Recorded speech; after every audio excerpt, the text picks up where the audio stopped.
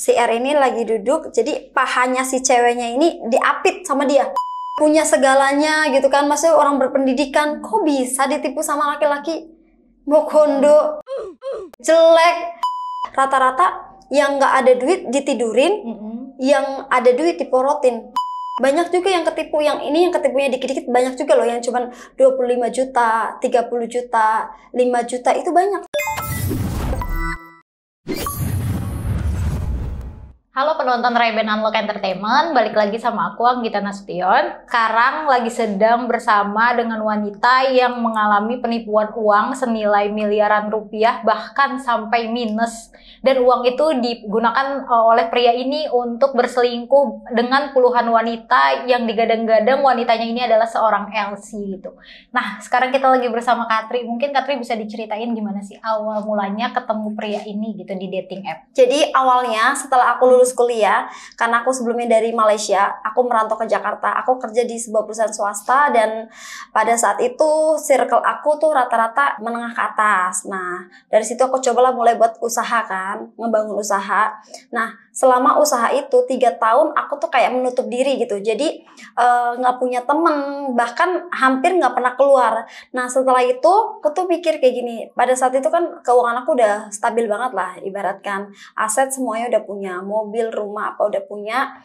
Terus aku mikir aku tuh pengen punya pasangan. Nah, karena selama 3 tahun aku di Jakarta itu nggak ada kenalan, jadi aku mikir mau pakai dating apps kan.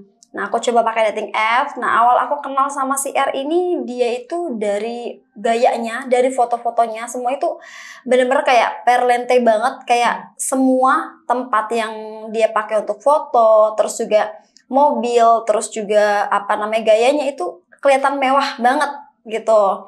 Nah, aku tertarik dong karena dari gaya dia berbicara juga itu seperti orang yang benar-benar profesional banget gitu. Kayak dia memang kayak sekelas pengusaha gitu. Kalau boleh disebutin nggak? Kalau kalian tahu, nah itu nggak ada apa-apanya dibandingkan si R ini. Dia lebih di atasnya lagi lah untuk gaya bicaranya, untuk cara dia ngerayu aku gitu kan. Terus akhirnya aku oke ketemu sama si R ini. Nah, cuman pas aku ketemu itu aku heran. Kan pada saat itu aku bilang jemput aku ya gitu, karena aku pikir kalau aku bawa mobil juga kan repot kan. Aku kan nggak berpikiran dong dia nggak punya mobil kan. Taunya dia datang ke rumah aku tuh naik motor Mio dan motor kayak butut gitu kan, dan itu nggak bisa di starter gitu. Jadi aku nungguin dia kayak yang dia engkol gitu, itu pun lama gitu kan. Nah, dari situ aku sebenarnya udah mikir bolak-balik, jadi pergi nggak ya gitu. Cuman aku pikir kan aku nggak enak juga kan kalau misalnya nggak jadi ya udahlah, kita akhirnya pergi ke kafe gitu kan. Gitu pun selama aku pacaran dan menikah sama si R ini, baru sekali doang dia ngeluarin uang. Pas ke kafe itu, pas pertama kali ketemu, itu pun dia bilang habis jual sepatu. Itu dia ngeluarin sekali itu. Nah, awalnya aku tuh setelah ketemu sama si R ini, aku udah memutuskan aku nggak mau lagi ketemu gitu kan. Karena aku mikir juga untuk dari segi keuangan tuh terlalu jomplang kan. Nah, tapi si R ini aku nggak mau ketemu, nggak mau angkat teleponnya, nggak mau balas chatnya. Dia tiba-tiba dateng terus ke tempat aku gitu kan. Karena kan dia tahu kan tempatnya, karena pada saat itu kan aku udah janjiannya kan pas minta jemput itu kan. Nah, aku udah bilangin suruh pulang pun nggak mau, tetap gitu. Jadi bolak-balik setiap hari ke situ gitu. Jadi karena aku pikir udah capek gitu kan, maksudnya ngusir dia gitu. Ya udahlah, akhirnya aku biarin gitu kan ya. Dan pelan-pelan dia ngebantu kerjaan aku juga gitu. Mulai dari serabutan. Awalnya aku tetap menolak sih, tapi dia mulai bantu dari kerjaan serabutan, kayak contoh bawa barang atau misalkan packing gitu kan. Terus dari situ aku kayak mulai ngelirik dia lah gitu. Oh, ini orang mau yang ngerjain apa aja gitu kan. Nah, terus setelah itu ya udahlah, aku menganggap dia itu ya udahlah, kita sebagai teman gitu kan. Nah, semakin kesini kan nilai yang dia kerjakan untuk aku tuh semakin besar kan. Jadi kayak aku tuh lulus juga gitu loh, Kak. Nah, cuman setelah berjalannya beberapa bulan gitu kan, aku juga udah mulai percaya gitu kan, dia semakin ngebantu kerjaan aku karena pada saat itu kan mau lebaran gitu kan. Kalau mau lebaran itu momentumnya kan Pesanannya besar kan, membludak ya. jadi penjualan juga naiknya itu bukan cuma 1-2 kali lipat, bisa 5 kali lipat bahkan 10 kali lipat gitu. Aku kan kewalahan kan. Nah pada saat itu si R doang lah yang bantuin aku gitu kan. Kayak penjualan aku yang tadinya cuma misalkan nih 1.000 jadi 10.000 gitu kan. Jadi aku berpikiran aku oke lah mencoba sama dia gitu karena dia terus menerus ngebantu aku dan nge-treat aku tuh bener-bener like princess banget kayak Sampai gitu. akhirnya memutuskan untuk menikah. Untuk menikah itu karena gini, karena kan aku kan kerjanya itu kan kadang sering sampai malam kan. Nah yang ngebantu aku kan dia kan, jadi kayak orang tua aku tuh kayak mikir nanti apa omongan tetangga gitu Fitnah, kan, ya takut jadi fitnah atau gimana gitu kan. Jadi akhirnya ya udahlah aku oke buat menikah karena aku pikir juga, aku mikirnya gini, walaupun dia nggak punya uang gitu kan, aku masih mampu banget kok gitu kan, dan dia juga apa namanya ngebantu kerjaan aku kan. Jadi ya aku pikir ya udahlah ini seimbang gitu kan. Akhirnya kita menikah, awalnya kita nikah secara siri kan, terus setelah lebaran itu kita mau buat resepsi. Nah buat resepsi itu janjinya si R ini nanti dia yang akan bayar semua pernikahan itu kan. Nah dia yang akan bayar, tapi setelah acaranya udah mulai gitu kan, justru malah orang tuanya itu, mamanya itu ngeributin, kamu harus bayar ini, harus bayar itu gitu kan. Ya aku kaget dong, aku malu lah, masa udah apa namanya lagi rame-rame kayak gini katanya bahas uang gitu kan. Jadi akhirnya ya udahlah, aku pas itu ada uang sekitar 7 juta, aku kasih ke R buat suruh kasih ke orang tuanya, yang penting jangan dipeributkan gitu kan. Itu aku baru ngasih 7 juta kan. Nanti setelahnya pun si R bilang dia yang akan membayar, tapi ternyata nggak dibayar. Nah ditagihin terus lah sama orang tuanya karena katanya orang tuanya juga pinjam kan uangnya kan. Jadi otomatis ya sama aja aku yang bayar lagi. Kan ini gitu. juga udah panjang nih Kak. Kamu datang ke sini sendiri merintis usaha sampai akhirnya ketipu nih dengan puluhan miliar, bahkan uang kamu hampir minus ya. Iya. Itu mungkin sadarnya gimana tuh Kak, sampai akhirnya kamu baru sadar nih kok ternyata aku diporotin ya sama laki-laki ini.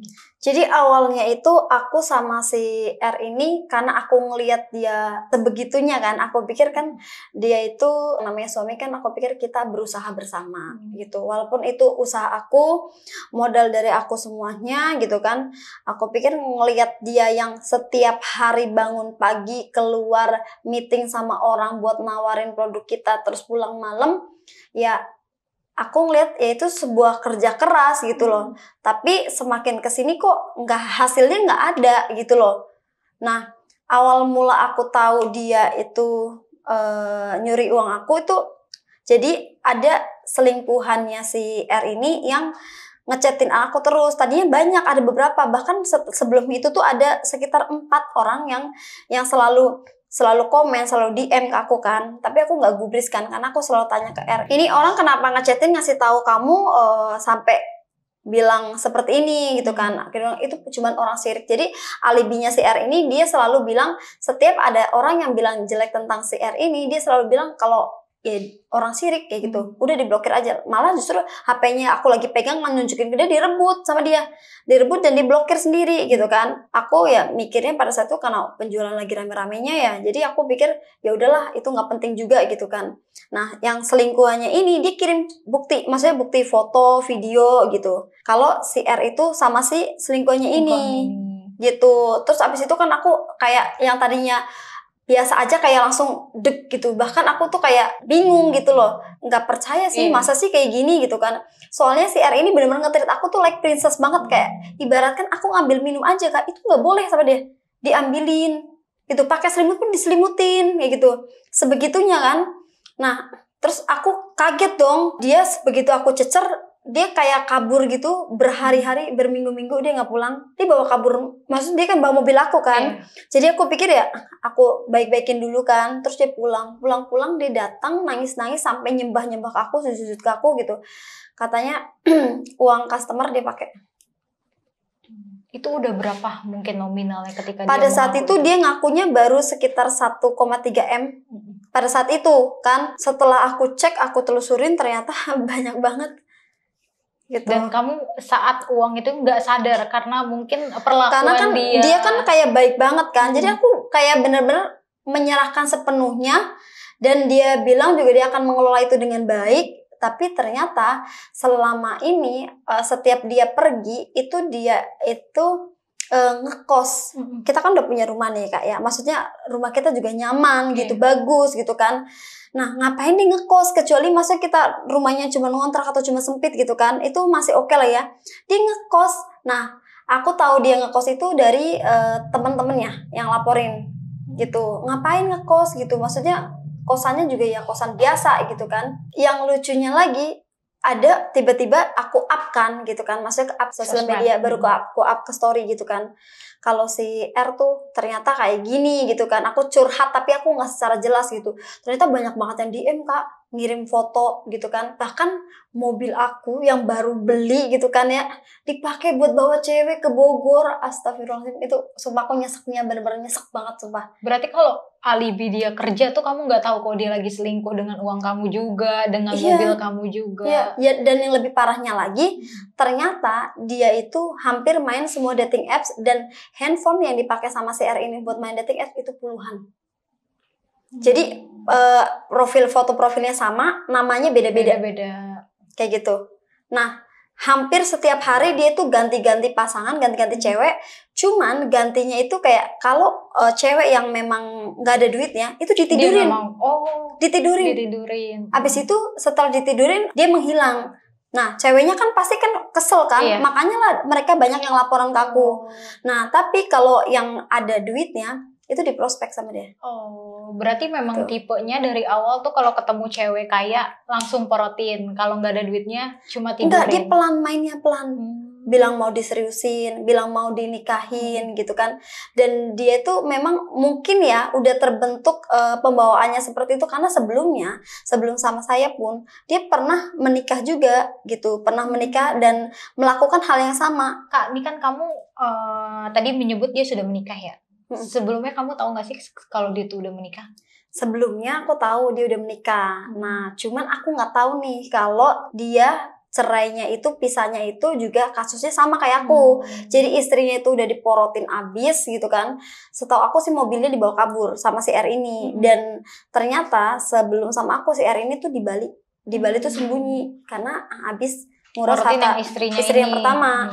Dan dia tuh manipulatif banget. Jadi kayak bilangnya ke aku tuh istrinya itu yang menuntut si R ini untuk memberikan uang, untuk semua keuangan dipegang sama si istrinya, dan nggak dikasih uang sepeser pun gitu. Dia bilang kayak gitu. Dan bahkan di aku pun sama kejadian kayak gitu. Jadi kan ada beberapa yang temannya R ini aku tahu kan. Jadi di depan semua orang termasuk keluarganya si R itu dia menjelek-jelekan aku, padahal semua uang itu aku yang provide, uang bulanan buat orang tuanya kan, hadiah-hadiah yang dikasih termasuk buat uang yang dipakai sama si R itu semuanya dari aku gitu. Dia ibaratkan nggak menghasilkan apapun kan. Orang kos juga mungkin kah sebelumnya dilakukan juga kah pada istri sebelumnya, kalau dia tuh juga ngekos gitu? Kalau itu saya kurang tahu sih. Cuman kalau ngekos ini ternyata si kosan itu sering dipakai buat bolak-balik ganti perempuan. Kayak gitu. Dan dengan LC juga kebanyakan sih cewek dari dating apps. Kalau LC udah gak usah ditanya, itu mungkin ratusan kali. Gitu. Dan itu pakai uang kamu semua untuk bayar. Ada nggak sih juga yang dibeli-beliin hadiah-hadiah gitu? Mungkin ya, karena contoh ya, si yang selingkuhannya si R ini yang ngaduin ke aku gitu. Dia sering datang ke rumahnya si perempuan ini, gonta-ganti mobil. Itu mobil aku kan, mobil aku ada 4 dipakai gonta-ganti. Ceritanya dibilang itu mobil dia. Terus abis itu rumah aku dibilang rumah dia. Bahkan aku sebelum nikah sama dia udah punya rumah kan, udah punya aset, udah punya mobil, udah punya segalanya gitu. Dia bilang itu punya dia. Dan bahkan usaha aku yang usaha skincare itu dibilang usahanya mamahnya. Padahal mamanya punya apa sih gitu.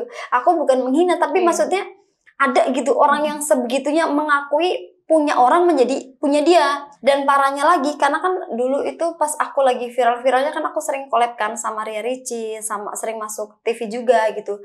Dia itu minta aku supaya membranding si R ini, membranding dia gitu kan, menjadi suami yang baik, suami yang sukses gitu kan, suami yang berhasil gitu kan. Jadi dia kenapa minta kayak gitu? Dia sih awalnya bilangnya supaya nanti setiap dia buat usaha atau mengerjakan bisnis itu mempermudah orang biar percaya gitu. Ya, aku sebagai istri pasti mensupport dong. Tapi ternyata tujuan dia seperti itu supaya untuk membranding si R ini untuk lebih mudah ngedeketin perempuan lain. Dengan dia ganti-ganti mobil gitu kan ya. Dia ngaku, Kak. Dia ngaku, aku tanya, "Kamu sama perempuan berapa gitu kan?" Ngaku berapa puluh. Berapa puluh wanita yang udah dia mainin gitu ya. Sampai nidurin juga gak sih, Kak, mungkin? Iyalah, dia bilang dia tuh apa ya, ibaratkan cuma dating doang berarti ya, Kak? Bukanlah gitu. Ibaratkan apa ya? Predator. Aku aja sih yang maksudnya tahu tuh sekarang ngeri gitu loh. Ya jijik ya, iya sih. Mungkin kamu kena kata-kata manis apa sih sama dia sampai akhirnya kamu terlena dan sampai gak sadar juga nih duitnya udah habis gitu. Oke, jadi dia itu pintar banget ngomong, ibaratkan apa namanya, kelas playboy itu nggak ada lawan lah gitu. Jadi dia tuh memang memperlakukan aku benar-benar treat me like princess banget, sampai ibaratkan hal kecil apapun aku nggak boleh ngerjain.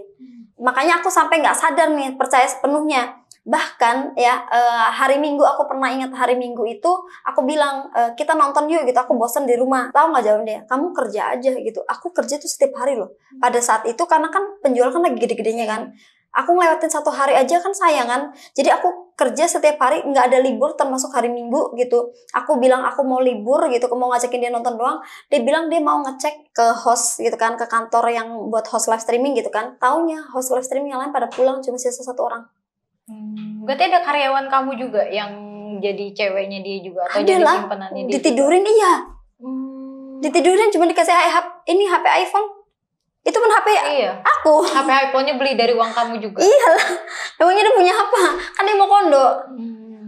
Nah, mungkin selain itu ada bukti apa lagi sih yang dikasih gitu? Akhirnya kamu tahu kayak jadi chat-chatan apa gitu. Awalnya itu si selingkuhannya itu ngasih video ceritanya gini.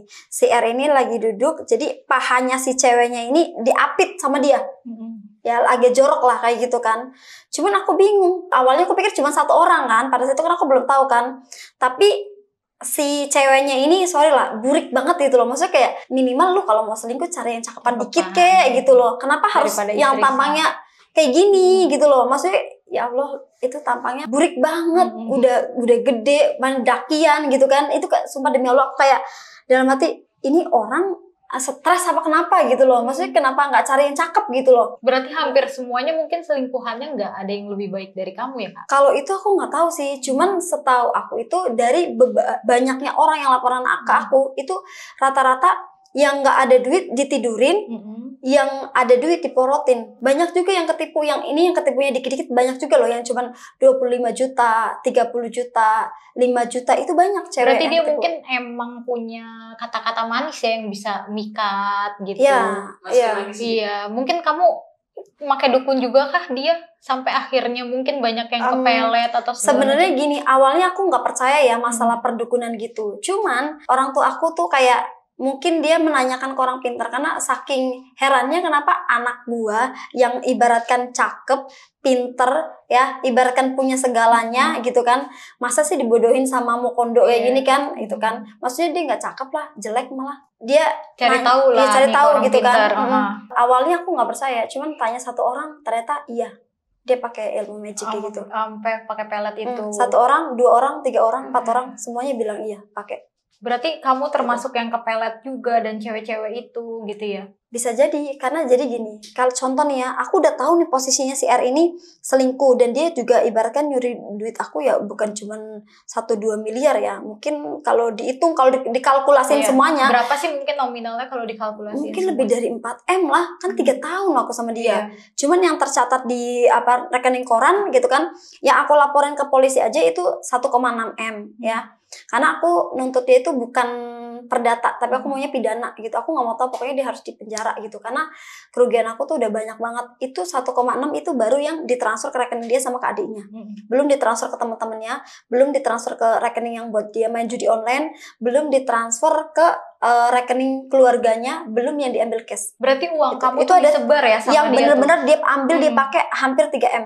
Nah itu dia sebar tuh ke keluarga, ke teman Iya, gitu ya. iya. Buat dia simpenan nanti kalau pakai LC kah, Kayaknya. bayar LC kah gitu. Kayaknya kalau LC mah mungkin dia ibaratnya makanan udah kayak nasi lah, makan setiap hari gitu. Nah Kak, balik ke pelet tadi, mungkin kamu akhirnya sadar gitu dan orang tua nih akhirnya ikut juga nih. Waktu itu aku disaranin buat ambil cincinnya dia gitu kan, buang cincinnya dia. Setelah aku buang cincinnya dia itu, aku kayak baru bisa marah di depannya si R. Biasanya aku nggak bisa marah. Jadi setiap aku ngobrol sama si R nih ya, aku udah diem dulu.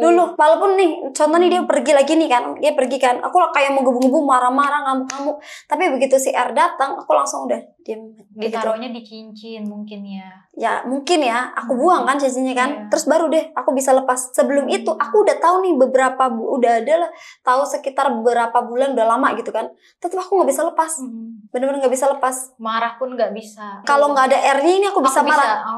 Tapi kalau ada R-nya udah nggak bisa, kayak bener diem aja. Apapun yang dia omongin, aku kayak iya aja. Nah itu orang tua juga akhirnya sadar, mungkin kamu akhirnya dibawa ke orang pintar gitu, ditanya perihal suami itu kapan?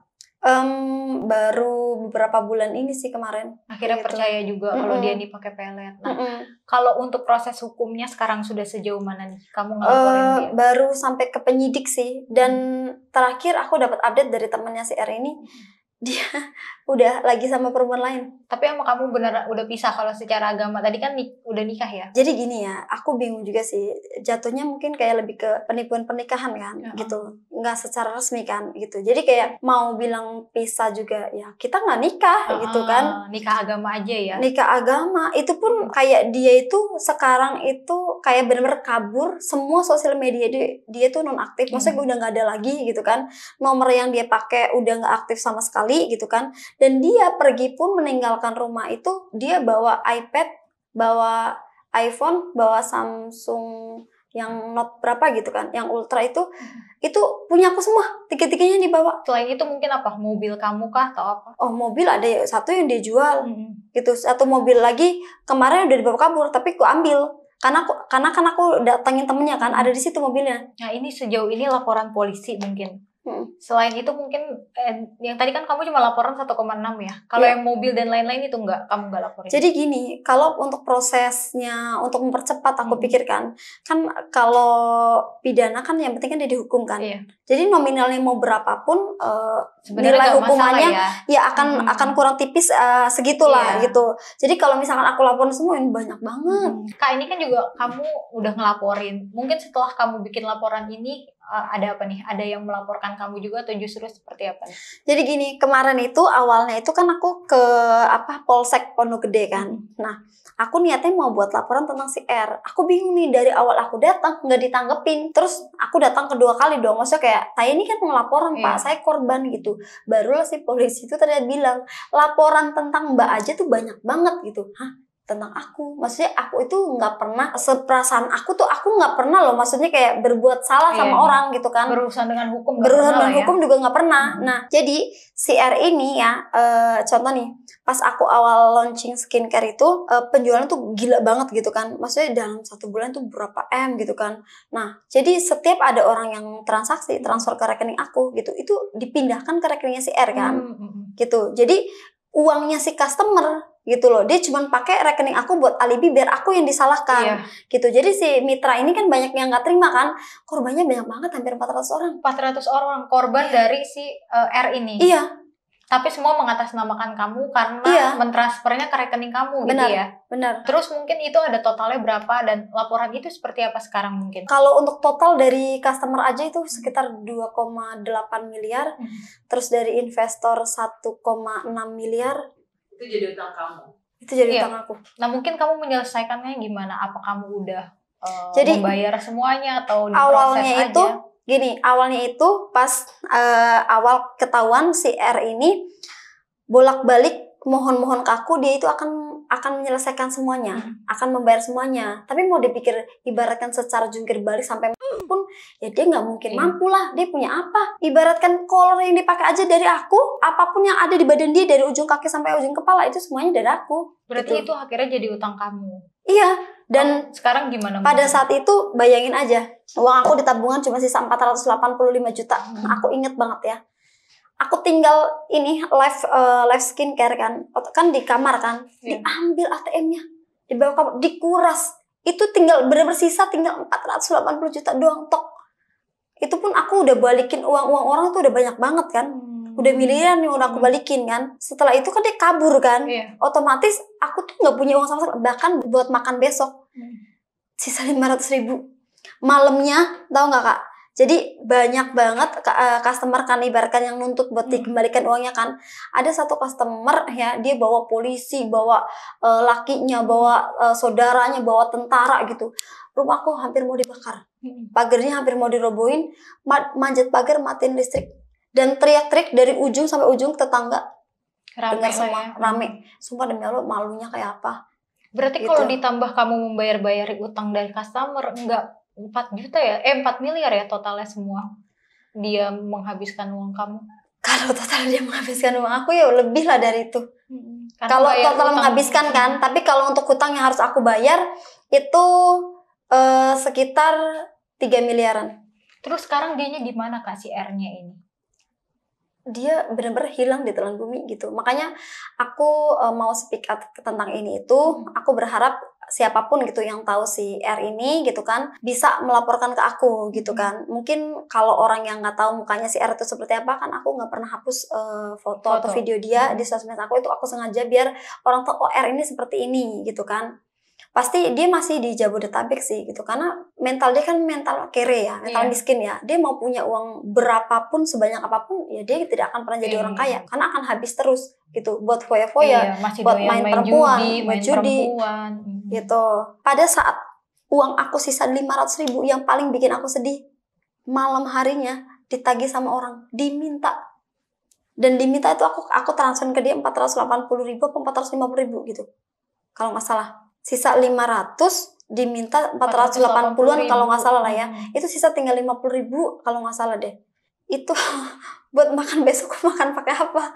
Jadi pada saat itu ya aku memang punya kemampuan untuk cari uang gitu, dan maksudnya nggak yang harus kayak orang lain mungkin kayak yang susah banget, enggak. Tapi di saat itu kan kondisi mental aku tuh kayak lagi nggak karuan gitu. Titik terendah kamu lah ya di situ. Iya, bahkan aku tuh udah mencoba sampai 2 kali loh selama sama dia. Iya.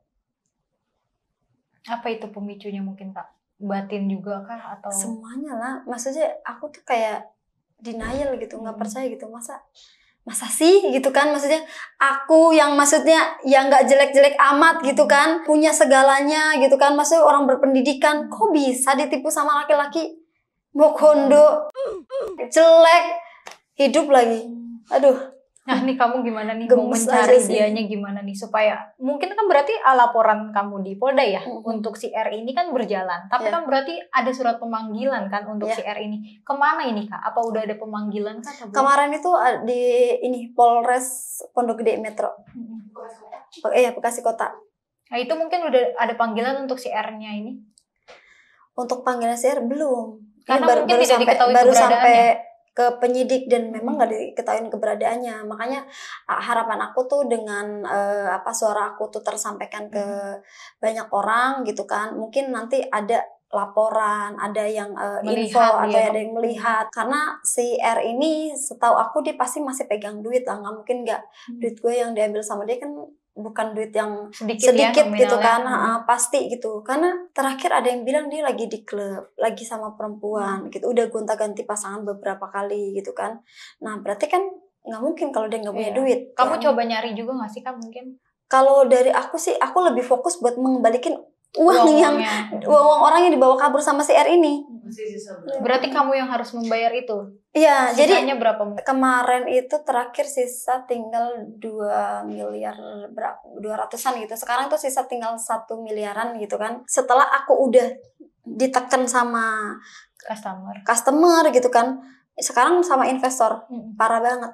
Gitu. Jadi padahal aku udah infoin kan, udah kasih tahu, bahkan aku kasih bukti ini loh, aku tuh ditipu sama si R ini, uangnya bawa kabur dari rekening koran, dari laporan polisi itu udah ada gitu. Tapi investor malah dia ya nggak peduli gitu loh, gitu. Tiba-tiba dia sewa pengacara menuntut aku untuk membayar 2 kali lipat. Kan gila, gue lagi dalam kondisi kayak dalam kondisi kayak gini loh, gitu. Kan nggak make sense kan? hutang aja udah nggak ada, ibaratkan kurang dari 1 M lah ya, 1 M-an gitu. Dia minta rumah gua, rumah nggak imbang ya. nggak imbang kan, rumah kan maksudnya ya bisa 5 kali lipat dari itu, bahkan 6 kali lipat gitu kan. Aku anggap sih tekanan-tekanan ini ya mungkin aku harus ikhlas ya untuk menghadapin ini semua gitu. Cuman kayaknya kalau untuk ikhlas ngelepas si R ini kayak susah banget deh. Mempengaruhi bisnis kamu juga nggak sih? Mungkin adanya Iyalah. kasus ini orang jadi nggak percaya lagi untuk Iya itu Kak, sama jadi 400 orang customer yang udah mempercayakan uang ke aku sampai miliaran kayak gitu kan, otomatis saking orang percaya sama aku kan. Tapi itu langsung bener-bener dihantam kayak gini loh. Contoh nih ya, dari 400 orang kalau mereka berjalan setengahnya aja, 200 orang aja, itu perputarannya kan gila kan. Cepet kan. Dia tuh ngancurin bisnis yang udah aku bangun. Aku modal buat personal branding aja tuh aku habis ada kali 2 M buat bikin personal branding. Nah ini bangkitnya lagi gimana nih? Setara juga masih ada hutang-hutang yang harus dibayar akibat ulah si R ini. Aku 4 bulan, 3 bulan nggak ada penghasilan kemarin sempat karena memang down banget. Aku sampai kayak gemeter, bahkan aku Masih makan belum pun nggak bisa. ya? Berat badan aku ya turun 12 kilo.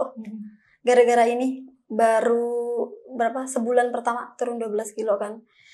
Kayak ya nggak nyangka aja sih. Cuman sekarang udah mulai berpikir jernih lah gitu, udah mulai bisa bangkit lagi gitu. Dan aku kan mikir selama 4 bulan aku ini vakum kemarin kan, jadi kayak mikir apakah aku bisa ya? Itu banyak banget loh yang harus aku balikin pada saat itu tuh berapa ya, sekitar 2,8 M-an gitu kan. Maksudnya kayak bisa nggak sih, ini duit banyak loh ya, kalau waktunya mungkin masih panjang gitu kan, itu is okay gitu. Dalam beberapa bulan aku harus mengembalikan uang segitu banyak, bayangin aja. Mungkin ada ngasih bantuan dari keluarga. Parahnya lagi keluarganya.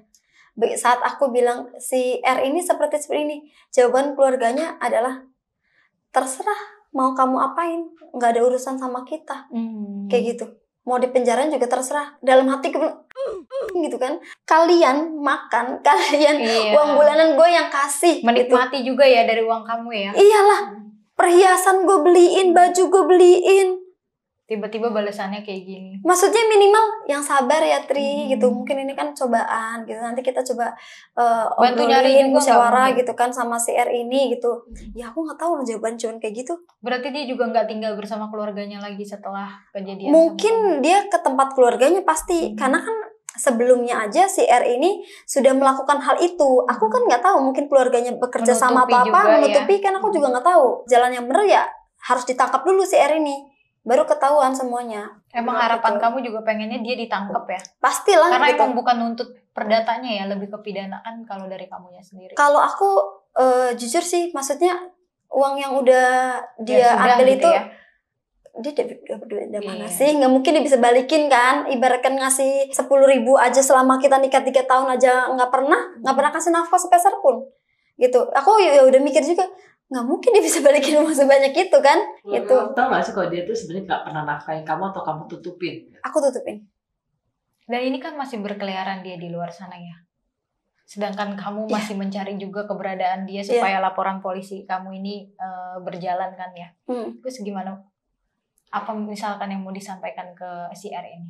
Kalau kamu nonton video aku, harapan aku kamu langsung menyerahkan diri ke polisi aja. Mungkin aku bakalan nggak akan menuntut masalah uang gitu, tapi tanggung jawab gitu atas semua perbuatan yang udah kamu perbuat. Kalau dia minta maaf, kamu mau ada perdamaian atau enggak nih? Perdamaian gimana?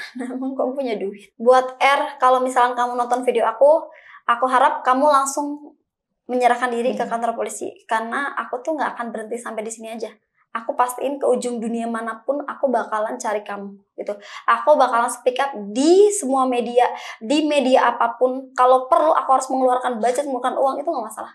Yang penting kamu ketangkap. Terima kasih penonton Ray-Ban Unlock udah nemenin cerita dari Mbak Tri yang tertipu oleh mantan suaminya dengan uang miliaran rupiah. Kalau bisa dibantu, bisa langsung hubungi Mbak Tri. Kalau yang menemukan inisial R ini, siapa tahu bisa membantu Mbak Tri untuk lebih cepat ya prosesnya di kantor polisi. Terima kasih.